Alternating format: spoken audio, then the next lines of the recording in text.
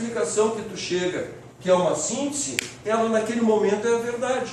Até que seja derrubada por uma nova antítese que vão construir uma nova síntese. Então essa é a dinâmica do pensamento humano, né? Então essa dinâmica dialética, né? Agora vocês vejam que para que essa dialética ocorra, o que é fundamental? Eu já estou chegando no fim. Né? O que é fundamental? Bom, falando mais um pouquinho, né? Quer dizer, no jogo dos opostos, esse aqui é o Cirne Lima. O Cirne Lima é um professor de filosofia. Ele tem um livro excelente, é um dos caras que, para mim, escreve mais claro sobre filosofia. Ele é um senhor, eu não sei se ele já morreu, mas ele é bem velhinho. Ele se aposentou na URGS, foi ser professor na PUC de filosofia, né? E agora, faz poucos anos, ele se aposentou, mas já assim, eu acho que já deve estar nos 90 anos e tal. Mas o cara, ele tem um livro sensacional dele, esse Dialética para Principiantes, né? Eu vou ter que, para quem gosta assim de ler sobre essas coisas, filosofia, esse livro dele é sensacional, um livro excelente esse livro, né? Então ele diz assim, né, no jogo dos opostos, que ele chama, né, dialética, ele chama jogo dos opostos, a tese e antítese, chega na síntese, vira tese e antítese, tá sempre assim, o jogo dos opostos, né? Então os opostos, né, aqui, eu vou continuar lendo aí, os opostos não são que nem se pensa quando se pensa em competir, né? O cara que pensa diferente de mim, ele não é o meu adversário a ser derrotado, né? Aquele meu colega que acha que o granito, que eu acho que vem do manto, ele diz que é fusão crustal, ele não é alguém a ser derrotado, né? Como é o pensamento que a gente põe, né? O pensamento competitivo é isso, né? Eu tenho que subjugar o outro, eu tenho que mostrar que eu sei mais do que ele. Não é isso. Ele é outra ideia que, se eu considerar junto com a minha, nós vamos chegar a uma nova ideia, ou eu vou chegar, ou tanto faz, uma nova ideia que é mais verdadeira do que aquela primeira. E esse mais verdadeiro vai sempre ao infinito, vai sempre evoluindo, ou feito por mim ou pelos outros, né? Esse processo ocorre a nível global, universal, como ocorre a nível de indivíduo, né? Genial essa ideia dele. Então, diz o Cirne Lima, né, nos jogos opostos da dialética, a tese e a antítese são sempre falsas. Claro, se uma fosse verdadeira, não tinha diálogo, não ia aparecer síntese. Eu não posso voltar para trás. Então elas são sempre falsas. Né? Sendo falsas, isso é, verdades parciais, falso é um termo forte, né? Geram no seu conviver e não no seu enfrentamento, né, a síntese, que é uma verdade menos parcial, que incorpora ou supera a ambas. Né? Então, essa visão aqui é espetacular, né? Cirne Lima descrevendo o pensamento dialético do Hegel, né? Quer dizer, essa visão é espetacular, quer dizer, o diferente, as ideias diferentes, elas não estão se enfrentando, não existe uma luta, não tem por que eu ver isso como luta. Elas são ideias que convivem e que, a partir da sua convivência, geram uma ideia que é melhor do que aquela, né? Que é mais, como é que ele botou aqui? Né? Que é menos, né? É uma verdade menos parcial, ele chama, né? Ou digamos que, nem eu disse, ela é um pouco mais verdadeira que a síntese. Essa ideia é muito bonita, né? Tá, aqui eu vou pular os exemplos para não ficar muito longo. Essa aqui é a conclusão que eu queria chegar, né? De dizer, por que tem tanto cientista hoje, tanto filósofo da ciência, dizendo que essa visão de cooperação, essa visão de nós cultivarmos a amizade entre as pessoas que trabalham juntas, inclusive me disseram que os novos modelos de gerenciamento de empresas pregam isso, né? De fomentar a união dos funcionários, né? Promover reunião, promover festa, promover dentro do expediente, convidar todo mundo para ir fazer um churrasco, que é para os caras se integrar, porque funciona muito melhor a empresa, isso que hoje o pensamento do meu não sabia, né? O pessoal meu que trabalha com isso, amigos meus me diziam isso aí. Então isso aqui, né? A partir do que a gente disse, essa necessidade de a tese e a antítese de uma interagir com a outra para sair uma síntese, exige, portanto, quer dizer, que para que esse diálogo seja efetivo, né, isso é guiado pela razão, isso para se dar, eu tenho que ter um convívio harmônico das ideias. Eu não posso ter dois inimigos discutindo, nós não vamos levar nada, não é? Se vem um cara que eu não gosto contrariar as minhas ideias, eu não vou pensar sobre o que ele me diz, eu vou pensar em como é que eu vou responder melhor para negar o que ele está me dizendo. E aí acabou o diálogo. Nós não vamos chegar em síntese nenhuma. Eu não estou tendo uma interação entre a tese e a antítese.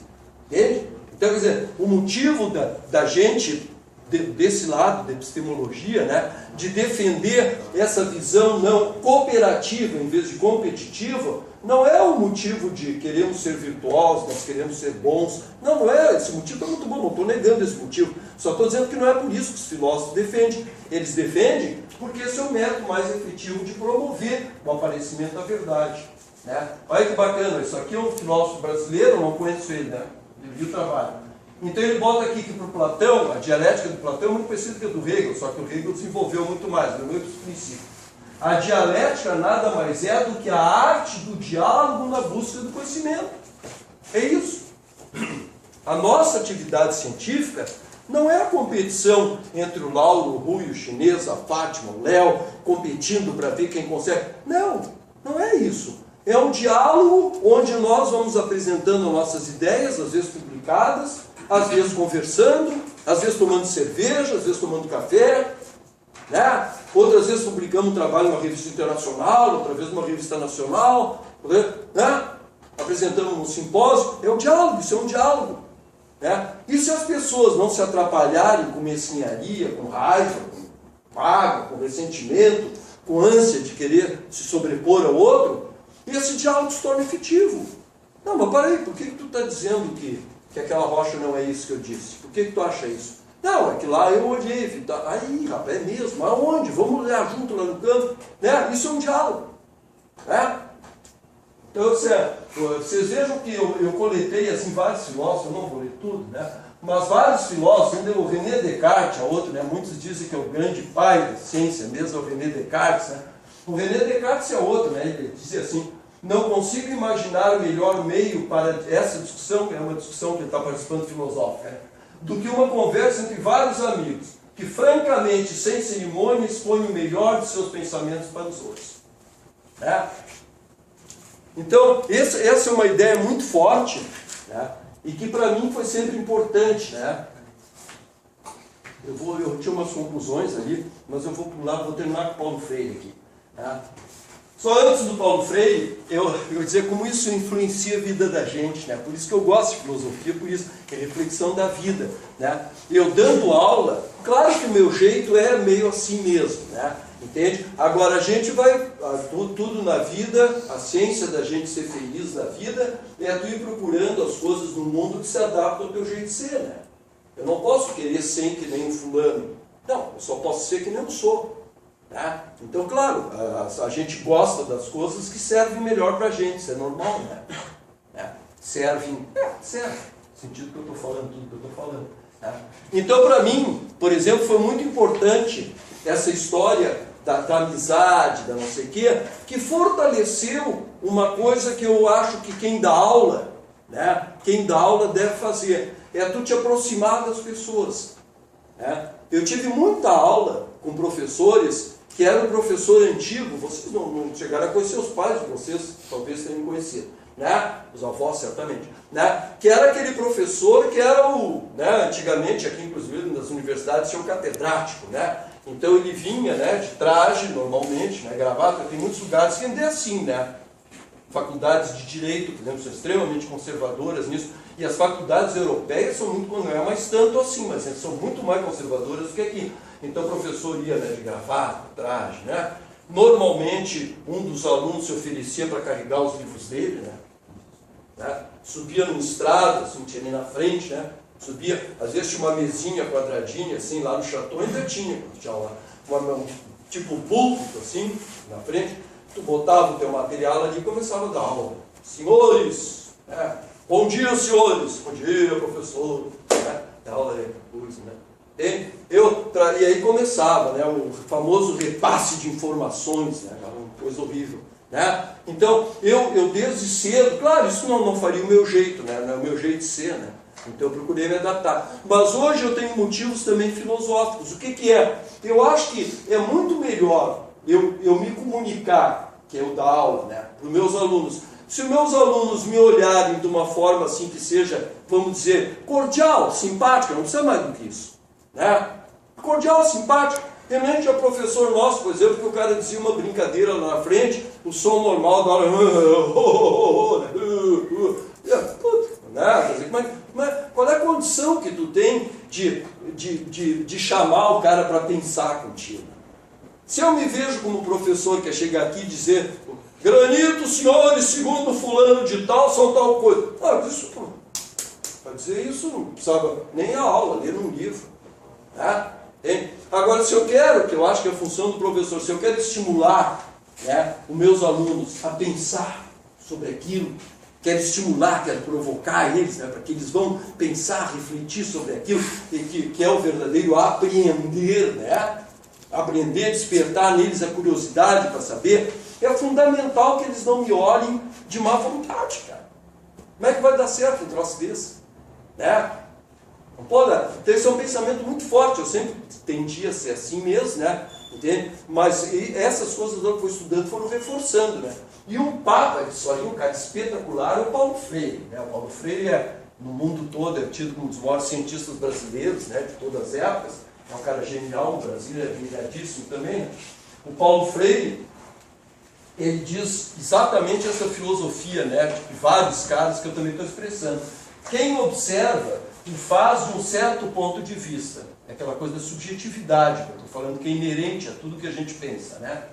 O que não situa o observador em erros, não está errado. Tem erro nenhum que tu olha as coisas de um ponto de vista. Claro, só pode olhar do teu ponto de vista. O erro, na verdade, não é ter um certo ponto de vista, mas é absolutizá-lo. O erro é eu ter uma opinião política, por exemplo, e achar que aquela é verdade e acabou o assunto, e não admito ideia diferente da minha. Isso é absolutizar. E desconhecer que mesmo do acerto do seu ponto de vista, é possível que a razão ética nem sempre esteja com ele. Essa é uma frase sensacional dele. A outra, muito legal, né? É profundamente importante que os estudantes percebam as diferenças de compreensão dos fatos. É aquilo que eu estou dizendo para vocês. As hipóteses diferentes, elas não são conflitantes. Né? As posições, às vezes, antagônicas entre professores na apreciação dos problemas e no equacionamento das soluções. Então, quer dizer, é normal que os alunos observem, por exemplo, um professor. Eu lembro no meu tempo, quando a gente era aluno, né, eu lembro as relações com os professores. Com alguns professores era legal, assim, tipo hoje, com a grande maioria assim, que eu vejo, né, a relação é legal, assim, né, mais parceira, né? Naquele tempo com alguns professores eram, mas com a maioria não era.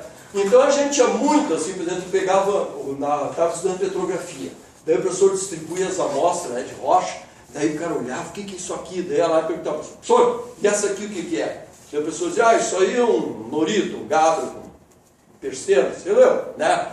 Aí eu pegava a amostra, e eu até não fazia muito isso, mas era comum a gente fazer. Né? Eu nunca fui muito assim de implicar, né? Mas os caras faziam ir lá no outro professor. Professor, o que é isso aqui? Aí se o professor dava outra resposta, virava a exclamação. Tu vê, cara, disse que era aquilo, tu disse que era aquele outro, né? Como se isso fosse um absurdo. Né? Quer dizer, essa visão, e os professores davam margem a isso, eu não estou criticando os alunos, né?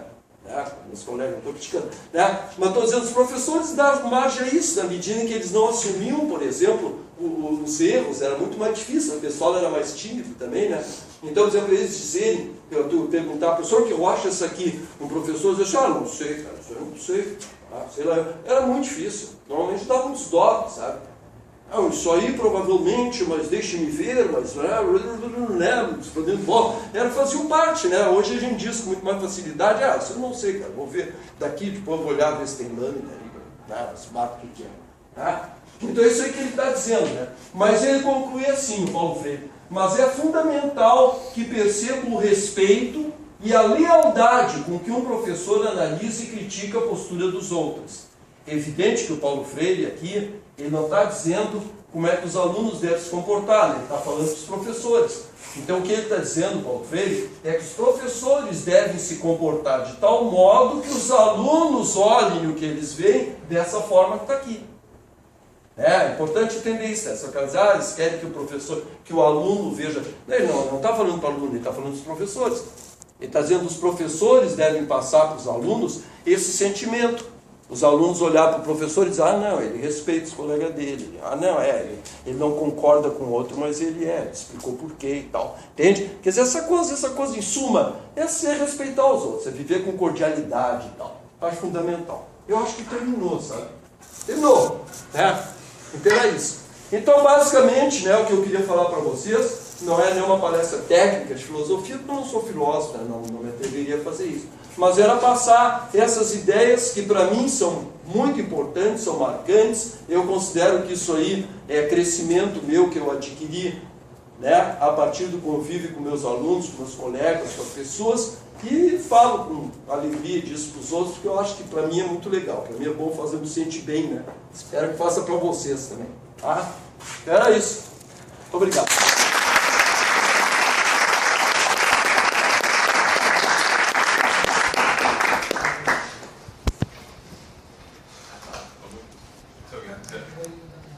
Eu queria começar dizendo que eu adorei a palestra, na verdade, talvez toda a proposta de ela ser informal acabou convergindo já para a proposta original dela ser informal, assim, no trato com os alunos e do jeito que é exposto a geologia e a filosofia, né? E, na verdade, eu também queria compartilhar que eu fiquei muito em dúvida entre fazer história ou filosofia ou geografia, e na verdade eu percebi esses três e muitas outras coisas na geologia, né? Então, se a vida é só uma, isso me faz ver que talvez eu esteja no caminho certo, e foi muito bom por isso a palestra e a elucidação que tu deu. Acho que o único ponto que eu, se tu me permitiria acrescentar, assim, é que a palavra verdade me deixa meio assustado, assim, porque eu vejo que, na real, o mais importante não é se é um Tacito ou entendeu? A gente está debatendo se é um Tacito ou outra coisa, assim. Então, na verdade, o mais importante não é o ponto de chegada, mas o caminho que a gente está trilhando até ele e a forma que a gente experiencia ele, né? Então, isso que tu está dizendo é exatamente o que o Hegel diz, né? Uhum. Quer dizer, tu não vai chegar nunca na verdade. A verdade é o caminho. Sim. Né? A verdade é como que naquela espiral do conhecimento, tese, antítese, síntese, a verdade é como se fosse o eixo da espiral. Quer dizer, enquanto tu está seguindo esse caminho, tu tá chegando na verdade que tu consegue, que é capaz de chegar. Bacana. Bacana. Mas deixa eu te dizer um negócio sobre isso, né? Eu me lembro que eu sempre pensava muito, né? Eu resolvi fazer geologia e tal, tinha um monte de história, mas o importante é que eu sempre pensava assim, mas eu gosto pra caramba, história nunca me atraiu. Hoje é que eu sou fascinado por história, naquele tempo não, né? Eu acho que eu tive um professor muito ruim de história, cara. Quase rodei em história quando eu tinha 11 anos, né? Então acho que eu fiquei achei que história era um monte de fato empilhado com o nome de general que tinha ganho a batalha. Isso aí pra mim não tinha interesse nenhum, continua não tendo, né? Então, mas agora eu mudei de ideia. Mas eu sempre ficava pensando assim, mas geologia, mas eu queria mais, assim, eu queria mais. Não que eu fosse muito estudioso, nem era estudioso, né? Passei no vestibular, acho meio na sorte até. Né? Mas não era, fiquei estudioso depois no pós-graduação. Né? Mas eu sempre achava que eu queria mais do que aquilo, né? Depois, eu não me lembro, mas já bem mais tarde, eu vim a entender uma coisa, né? A vida, eu digo isso muito, né, para meus amigos, alunos, né, que vivem mais com a gente, né? A vida não é o trabalho da gente. Tu ser geólogo não é a tua vida. Eu sempre adorei geologia, gosto de geologia, não é a minha vida. A minha vida é muito mais que isso, né? Então nós não temos que procurar uma profissão, seja filosofia, arquitetura, né, teologia, uma profissão que vá preencher todas as minhas necessidades, porque isso não existe. E se tu achar, te cuida, porque tu está no caminho errado, cara. Tu não pode querer tão pouco da vida, né? Ninguém vai ser feliz porque é o melhor geólogo do mundo, né? Não vai, isso não decreta para ser feliz, né? Então, isso é muito importante, né? A gente descobrir que dentro da minha profissão, seja qual for, eu tenho espaço para pensar, para criar, para ter outras atividades aqui dentro do Instituto, né? Pô, o Rômulo, né? O Rômulo, professor de Geoquímica, o Rômulo é um artista, cara. É um artista profissional altamente qualificado, né? O Rômulo é um cara genial nesse aspecto, né? O cara consegue ser um cientista ótimo, né? E além disso é um artista, assim, né? Faz, né, os trabalhos dele, ele faz principalmente, sempre esqueço o nome. Instalações, né? Instalações, escultura também, né? Escultura. É um cara espetacular, entende? E assim vários outros, né? Eu me lembro do Rômulo, que o Rômulo é mais próximo de mim e tal, né? Muito amigo meu, né? Mas tá cheio de gente, né? Tem professor, eu mesmo, né? Estou escrevendo livro, eu é de pôr de velho, né? O Rômulo é desde moço, né? Mas eu comecei a escrever livro. O professor Michel, alguém de vocês conheceu o professor Michel Rose, que era da Paleonto? O Michel é outro, ele gosta de escrever livros de ficção também, já escreveu 2 ou 3 livros, né? Então, quer dizer, a vida é isso, cara, né? A gente pode ser geólogo, pode ser engenheiro, pode ser médico, e tu pode ser músico, tu pode tocar violão, eu gosto de tocar violão, né? Toco mal, um pouco, mas gosto de tocar, toco isso que é importante, pode cantar, né? Pode estudar filosofia, pode escrever livros, pode jogar futebol, 1000 coisas para fazer, maravilhosas, né? Então a vida não é a profissão da gente, a profissão é uma parte só. E é bom que seja assim. Própria interdisciplinariedade, né, Laura? Tu buscar interesses em outras áreas, né? Que nem tu está fazendo agora na filosofia. É verdade. E se começar, eu comecei tarde, né? Mas se tu começar tarde, não que seja tarde demais, né? Nesse sentido, dizendo tarde, assim, que eu comecei no período já de terceira idade, né? Mas tem gente que começa muito cedo e leva muito legal, né? Essa parte, por exemplo, da ambiental, né? Das ciências ambientais, essa é uma área que exige muita interdisciplinaridade, né? Eu, por exemplo, eu trabalho com petrologia, eu posso trabalhar com petrologia de um ponto de vista, assim, pouco multidisciplinar e consigo fazer bastante coisa. Se for interdisciplinar, consigo mais ainda. Agora, para trabalhar na ambiental, se tu não tiver uma visão interdisciplinar, do meu ponto de vista, assim, tu não vai longe, não. Tu vai ver as coisas muito restritas, né? Então, a interdisciplinaridade é um negócio muito bonito, né? Difícil de alcançar, né? Principalmente por um motivo, porque nós continuamos usando a competição como uma relação profissional mais importante nossa, né? Competição. A competição, ela mata essas possibilidades. Aí nós temos dificuldade de diálogo, nós vamos conversar com o químico já tem má vontade de traduzir o quimiês dele para o nosso, e nós ficamos com o nosso geologuês e não queremos traduzir para dele, né? Entende? Os físicos ficam bravos com os filósofos que estão se intrometendo na área deles, os filósofos ficam bravos com os físicos que dizem que eles deviam se deter na física e não falaram. Aí vai mal a coisa, né, cara? Né? Enquanto a nossa preocupação for mais as nossas atribuições sindicais do que o nosso convívio relativamente harmônico, né? Aí é difícil, né? Aí é difícil. Nem, Laura, se me permite só fazer uma observação, isso do ponto de vista da evolução do curso mesmo de geologia, de física, de biologia, isso veio tudo das ciências naturais, né? Digamos assim, e depois isso se separou. Tu teria como explicar mais ou menos como isso aconteceu aqui no Instituto, na URGS? Sim, não, aqui a gente sabe, porque o professor Irajá, né? O professor Irajá da Mini Pinto, né? Morreu faz pouco. O professor Irajá, ele era o diretor da Faculdade de Filosofia da URGS, né? Filosofia. Isso antes de eu entrar como aluno, né? Aí o professor Irajá fundou o Instituto de Ciências Naturais, o ICN era o prédio, a gente inclusive tinha aula lá, ficava ali na frente do Bar da Filosofia, ali. Eu nem sei o que é hoje ali, né? Mas na frente do Bar da Filosofia, ali que dá para Paulo Gama, o prédiozinho tinha ali, era o ICN, é uma parte da geologia, ali, a paleontologia era ali, né? Então era o ICN. Ali é que ele começou o ICN e começou o curso de História Natural. História natural. Então nós tínhamos aula na geologia junto com os alunos da História Natural, que eram predominantemente mulheres, mas tinham alguns caras também. A geologia era praticamente só homem, né? Tinham pouquíssimas mulheres. Tá?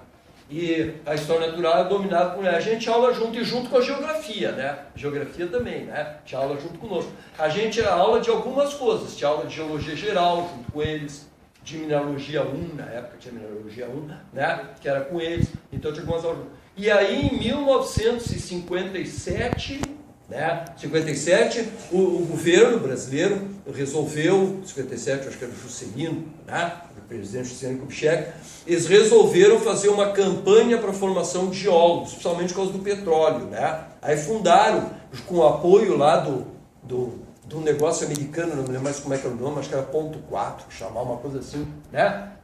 Que era ligado ao United States Geological Survey, né? Eles criaram um programa chamado Programa de Formação de Geólogos e fundaram 4 escolas de geologia no Brasil. Isso foi em 57, se eu não me engano. Acho que foi em 57. Né? 4 escolas de geologia no Brasil, que foi Porto Alegre, Ouro Preto, USP, eu acho, e a Bahia. Então a Bahia. Fundaram 4. Né? Eu sei bem a de Porto Alegre, Ouro Preto, que eu sei que as outras eu fico um pouquinho em dúvida. Né? Pois é, a USP eu fico em dúvida se não é dessa época também, ou é logo depois. O NB não, o NB é muito mais jovem. Né? Mas daí criaram essas 4 que eram escolas de geologia, não eram nem ligadas à universidade, né? Eram escolas de geologia. E aí o Irajá puxou, aí eu não sei bem como é que foram os trâmites, né? Mas o Irajá puxou a escola de geologia para dentro da URGS, na época era a Universidade do Rio Grande do Sul, né? Estadual. Aí ele puxou para dentro da URGS, ele era já um professor importante, né? Puxou e foi criado o curso de geologia dentro da URGS. Aí quando eu entrei, que foi em 1968, eu acho que nesse ano, no ano anterior, ela virou federal. E passou a ser o FURGS, né?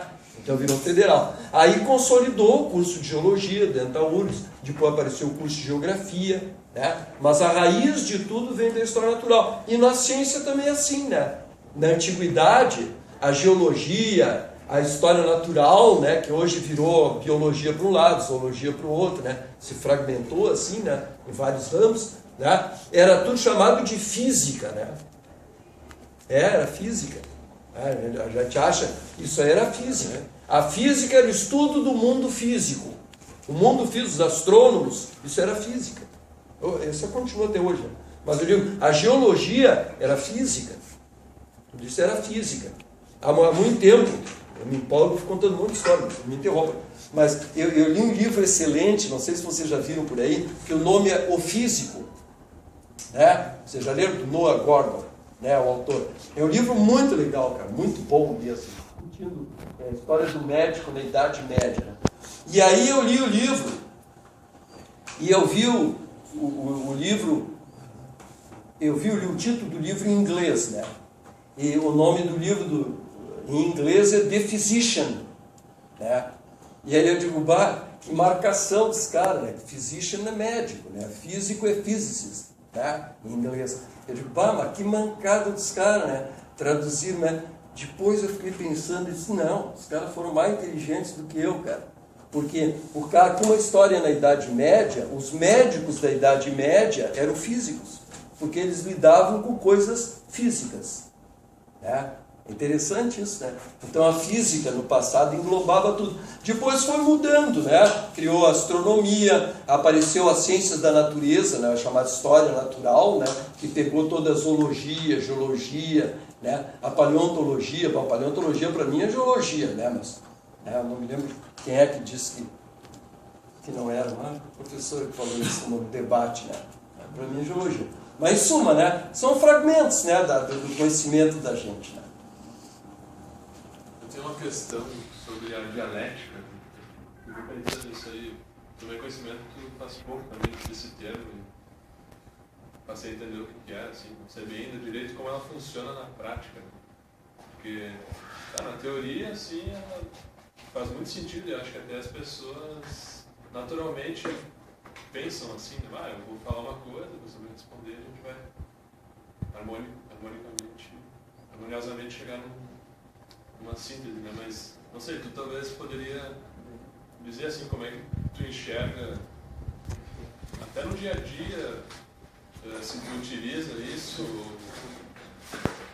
será praticável? Eu acho que ela não só é praticável, como ela é o modo que o nosso, isso é o que esse cara diz, o Hegel, né? Que eu concordo, né? Eu digo as coisas que ele diz que eu concordo, né? Isso aí é o nosso modo de pensar normal, né? Então, o avanço do nosso pensamento, quando eu estou pensando sobre algo, eu acho que o processo que se dá é dialético.